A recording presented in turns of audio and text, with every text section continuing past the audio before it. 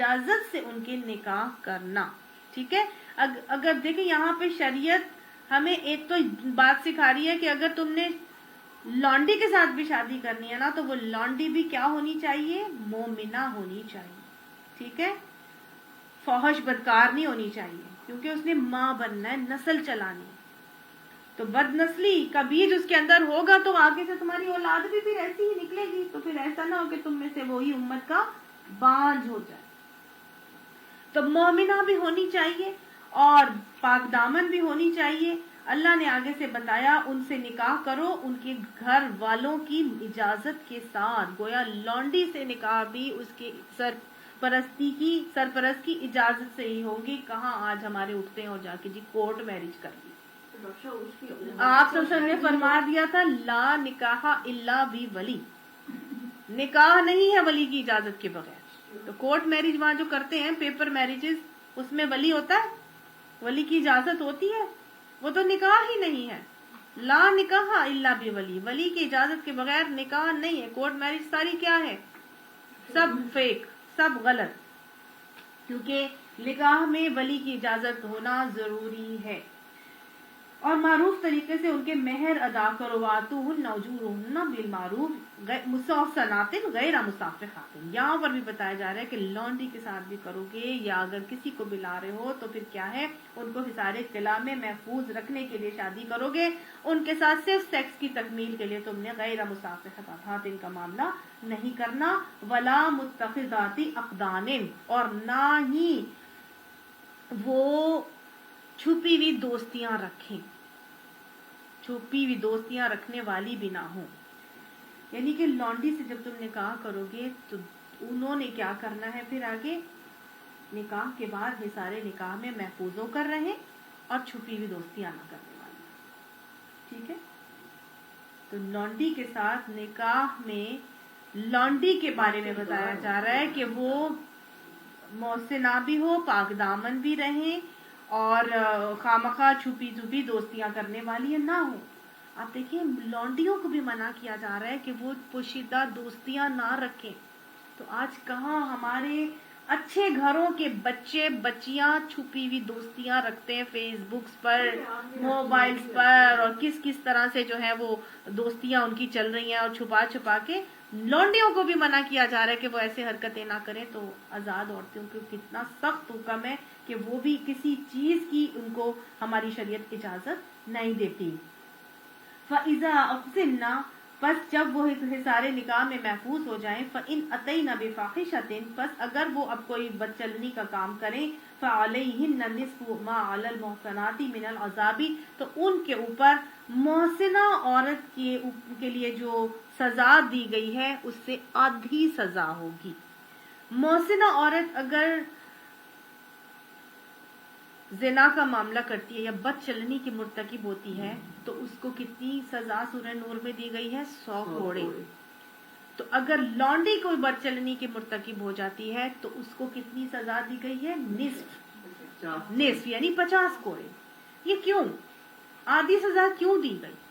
کیونکہ دیکھیں جو خاندانی عورت ہے وہ جب زنا کا معاملہ یا فحاشی کا عمل کرتی ہے تو 2 حصاروں کو توڑ کے کرتی ہے نا، ایک خاندان کے حصار کو توڑ کے کرتی ہے، ایک نکاح کے حصار کو. تو یہاں پر تو اس کے اوپر آدھا ہے نا، اس کے تو خاندان تو ہے ہی نہیں کوئی بھی اس کا. تو اس وجہ سے اس کے اوپر آدھی سزا دی گئی ہے.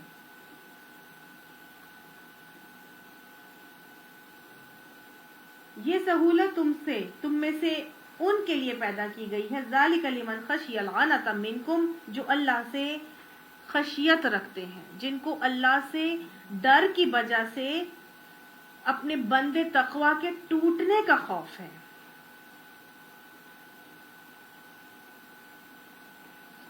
اپنے ڈر ہے کہ اگر میں نے شادی نہ کی تو میرا پاکی کا معاملہ یا میرے تقوی کا معاملہ خراب ہو سکتا ہے، میرے سے برداشت نہیں ہوتا، یا جو بھی انسان کے اندر کی جو فیلنگز ہیں.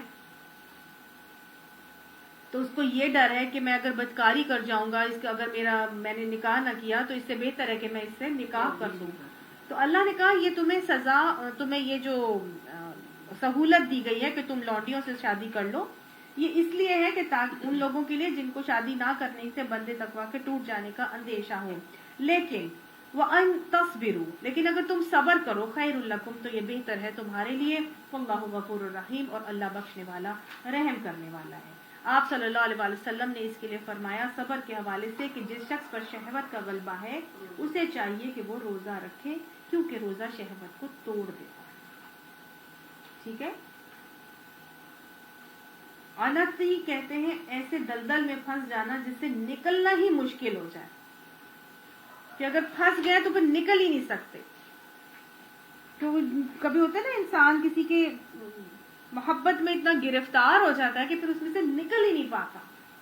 تو ایسے کہا گیا ہے کہ یہ ان لوگوں کے لیے ہے کہ جو اس چیز کی خشیت رکھتے ہیں کہ میں تو ایسے جنگل میں پھنس جاؤں گا کہ پھر میں نکل نہیں سکوں گا، تو اس سے بہتر ہے کہ پھر میں شادی کر لوں اس سے. اور اگر شادی نہیں کر سکتا، نہیں اس کے طرف اپنا اختیار بھی نہیں پا رہا، تو پھر کیا کرے؟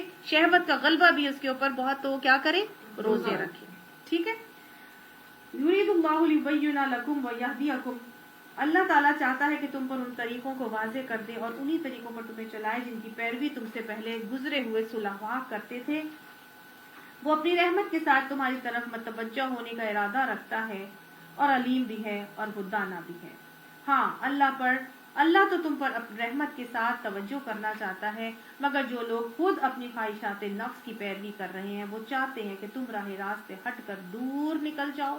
اللہ تم پر سے پابندیوں کو ہلکا کرنا چاہتا ہے، کیونکہ انسان کمزور پیدا کیا گیا ہے. گویا صاف بتا دیا گیا ہے کہ اللہ یہ چاہتا ہے کہ ہم پر سے پابندیاں ہٹا دیں، لیکن انسان کیا کر رہا ہے؟ خود اپنی خواہشات نفس کی پیروی کرنے والے لوگوں کے پیچھے چلتا ہے، اور وہ خواہشات نفس کی پیروی کرنے والے لوگ اس کو راہ راست سے ہٹا کر دور لے کر جانا چاہتے ہیں. انسان کو جب پتہ نہیں ہوتا کہ اللہ نے قرآن اور حدیث میں اس کے لیے کیا احکامات وضع کیے ہیں، تو وہ وہی ٹامک ٹوئیاں مارتا رہتا ہے. جو کسی نے بولا، جو کسی نے کہا، اسی کی سن کے اسی کے پیچھے چلتا رہتا ہے. لوگ اس کو کیا کرتے ہیں؟ کورٹ کچہریوں میں گھسیٹتے ہیں، اس کو مختلف غلط چیزوں کی طرف لے کر جاتے ہیں جس کا اللہ نے حکم نہیں دیا. اللہ نے تو ہمارے لیے آسانیاں نکالی، اللہ نے تو ہمیں پابندیوں سے ہلکا کیا، اللہ نے ہمارے لیے سارے احکامات وضع کر دیے، اللہ نے ہمیں ہر طرح کی آسانی دے دی. مہر مقرر ہے، وہ اس کی اجازت سے کرو گے، اگر چھوڑو گے بھی تو تم نے اس کے لیے کیا سا معاملہ کر کے چھوڑنا ہے، اگر تم نے رکھنا ہے تو اس کو کیسے رکھنا ہے، ہر چیز اللہ نے بتائی. اللہ نے کورٹ کچہری سے مردوں کو بھی دور رکھنا چاہا، عورتوں کو بھی دور رکھنا چاہا، لیکن خواہشات نفس کے پیچھے پڑے ہوئے لوگوں کے پیچھے چل چل کے خود قرآن سے نہیں دیکھنا کہ اللہ نے ہمارے لیے کیا احکامات وضع کیے. اللہ تو رسوم و رواج کے توق اتارنے کے لیے یہ دین بھیجا ہمارے، یہ بوجھ ہم نے خود اپنے اوپر لا دیا ہے نا. ہم مختلف چیزوں میں پڑ گئے، اب ایسے کر لو، اب ایسے نہ کرو، اب یہاں پہ چلے جاؤ، اب یہ نہ کرو. اب آپ لوگوں نے خود ہی بیچ بیچ میں یہ اس کے ٹپس خود بخود دیے ہیں کہ ہمارے معاشرے میں تو یہ نہیں ہوتا، ہمارے معاشرے میں تو یہ ہوتا ہے. اللہ نے تو سیدھے سیدھے احکامات دیے تھے. اگر اس طرح سے معاملات مان کے چلتے تو ہر چیز ہی بہت آسان بھی تھی اور ہر چیز ہی بہت بہترین بھی تھی. لیکن ہم کیا کرتے ہیں؟ اللہ نے کہا کہ اللہ تم پر سے پابندیوں کو ہلکا کرنا چاہتا ہے. انسان واقعی کمزور ہے، انسان کمزور پیدا کیا گیا ہے. ہم نے مشکل کو آسان بنا لیا ہے تو آسان چیزیں ہمارے لیے مشکل ہو گئی ہیں. اللہ نے ان رسوم و رواج کے توق ہمارے گلوں سے اتارنے تھے، ان بوجھوں سے ہمیں آسانیاں عطا کرنی تھی. اب کیا بوجھ آگے اللہ تعالیٰ اتار رہا ہے، انشاءاللہ اس کو اگلی کلاس میں پڑھیں گے. 2 قسم کے بوجھ یہاں آگے اتارے جا رہے ہیں. یا ایھا الذین آمنوا لا تاکلوا اموالکم بینکم بالباطل، کہ تم آپس میں ایک دوسرے کے مال باطل طریقے سے مت کھاؤ. جب شادیاں کر لیتے ہو تو ایک تو تم جہیز کے معاملات مت کیا کرو، دوسرا کہ جب ڈال دیتے ہو، ٹھیک ہے نا، مال باطل طریقے سے کھانا. جی، تو اب اس کو ہم جب لے کر آئیں گے، اس کے ساتھ جوڑیں گے تو انشاءاللہ ہمیں سب سمجھ میں آئے گی. پھر وراثت کے مال کو گڑبڑ کر کے مت کھایا کرو، یتیموں کے مال میں مت اپنا معاملہ میں گڑبڑ کیا کرو. تو یہ ساری چیزیں جو ہیں اس سے ریلیٹڈ، اب وہ جو اللہ نے ہمیں کہا کہ میں نے تمہارے لیے دین آسان کیا ہے اور تمہارے اوپر سے بوجھ اتارنا چاہتا ہوں، لہٰذا دین کے احکامات کو مانیں گے تو ہمارے اندر سے یہ بوجھ آسان ہوں گے. اللہ تعالی ہمیں یہ باتیں سمجھ کر عمل کرنے کی توفیق عطا فرمائے. صدق اللہ العظیم. آمین ثم آمین.